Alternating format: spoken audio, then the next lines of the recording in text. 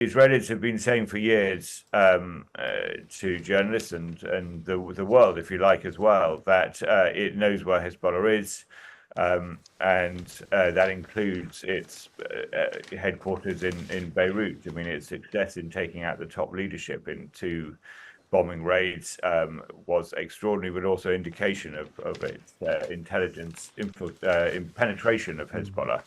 And that's what we're seeing really with the bombing raids in Beirut. That's targeting their rear infrastructure, if you like. The war on the border is a slightly separate. It's not. I mean, it's not separate, obviously, but it's a different type of war. It's a much more traditional war against a well dug in ground force. They want to get Lebanon.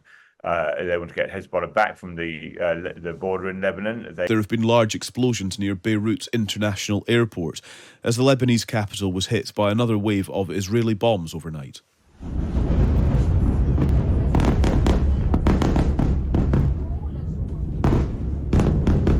Israel says it was targeting a cousin of the former Hezbollah leader Hassan Nasrallah, who was killed in an Israeli airstrike last week.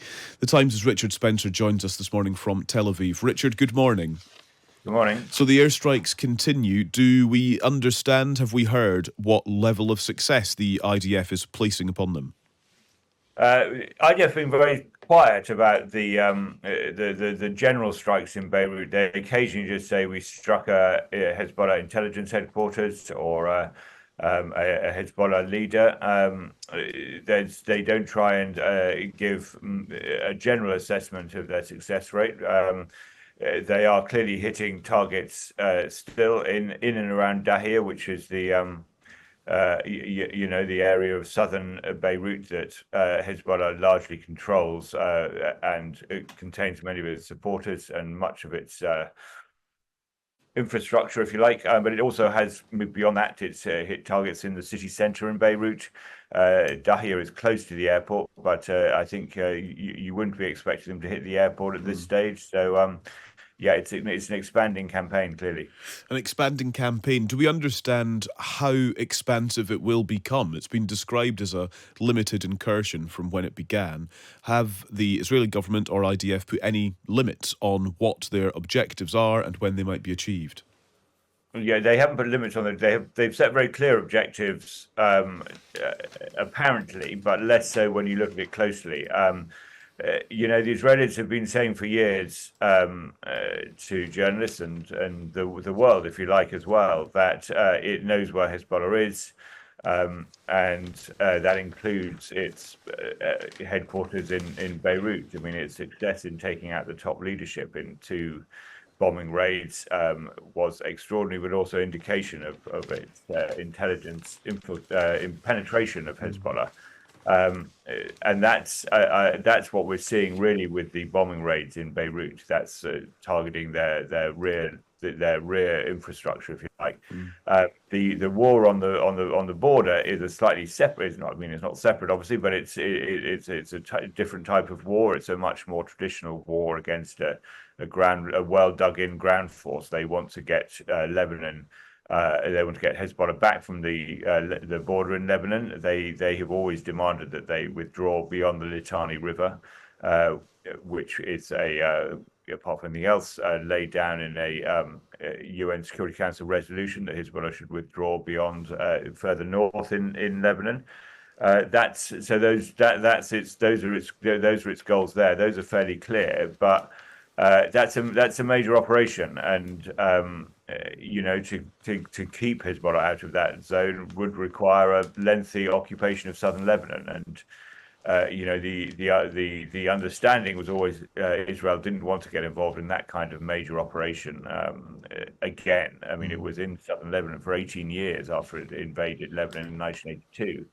The assumption was it didn't want a repeat of that. But who knows where this ground incursion will end. In terms of the targets, the Hezbollah targets that we keep hearing about, so obviously we were reporting extensively on Hassan Nasrallah being killed in an Israeli airstrike last week, but the determination of the Israeli military to continue really working its way through Hezbollah's succession plan, if I can put it like that, continues. Tell us about this latest target, the cousin of Hassan Nasrallah. Yeah, so I mean, I think it's still not quite clear, but what happened there. But there is this report that Israel targeted one of the potential succession leaders. I think we're still waiting to find out a little bit more. Firstly, about whether he was a success. They had no successor been identified, and secondly, what the result of that operation was. In terms of how, I suppose, the status of Hezbollah, Richard, what can you tell us about that as Israel continues to try to take out its leadership, gauge its level of success? And I suppose, does this mean that Hezbollah is in disarray? Is it, is it dysfunctional? How degraded is it? So I think this is a political issue, perhaps at this stage more than a military one. I mean, Hezbollah is battle hardened. It fought in the Syrian civil war. It's got good low level commanders. I don't think this is affecting its ability to fight, particularly in the southern front. I mean, you've seen a fair degree of resistance there. We saw 8 soldiers killed in battles in the first couple of days in southern Lebanon. I think Israel, is the stronger force, definitely. I think the main effect, though, of the taking out the top leadership is political. I mean, how do they decide the extent to which they're going to resist Israel? How do they decide with Iran how they're going to play this politically? How they're going to keep their status in Lebanon, and how they're going to help Iran keep its military posture in the Middle East? I mean, this is not just a blow to Hezbollah; it's a blow to Iran. And Iran's, posture as a strong power in the Middle East, which it had because of the strength of proxies like Hezbollah. And just finally, Richard, the Lebanese armed forces that you're reporting in the Times this morning, which are trained by the British, Americans and French, say 2 of its soldiers have been killed by Israeli fire, one while accompanying a Red Cross rescue mission. What does that indicate? What does that signify? Could the involvement and indeed fatalities among the Lebanese armed forces on the part of Israeli fire, could that be another source of flare-ups and escalation? I think the effect of that is to unify the Lebanese people further behind Hezbollah. I mean, that's the raw fact of it. I mean, Lebanon is very divided. A lot of people are very against Hezbollah.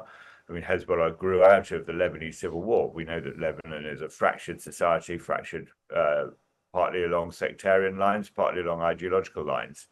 Hezbollah has a core of support and then a middle ground of people who are, would rather there wasn't this huge division in Lebanese society, but aren't necessarily deeply opposed to Hezbollah. And then it's got people who are sort of viscerally anti-Hezbollah. And I think that middle ground is also hostile to Israel. And I think the drawing the Lebanese army, which is kind of, say it's popular. I don't know if it's popular, but it's an army, so it has people from all sides of society. It's a deliberately non-sectarian organization. It's deliberately ensures that all its units are multi-sectarian. So that the idea that that's going to get sucked in is kind of fairly horrific to most Lebanese. Of course, the Lebanese army itself isn't very strong. The French and the British and the Americans train it in the hope that one day it might be a unifying army for a democratic Lebanon that managed to shed itself of groups like Hezbollah. But that's a very, distant and at this stage forlorn hope.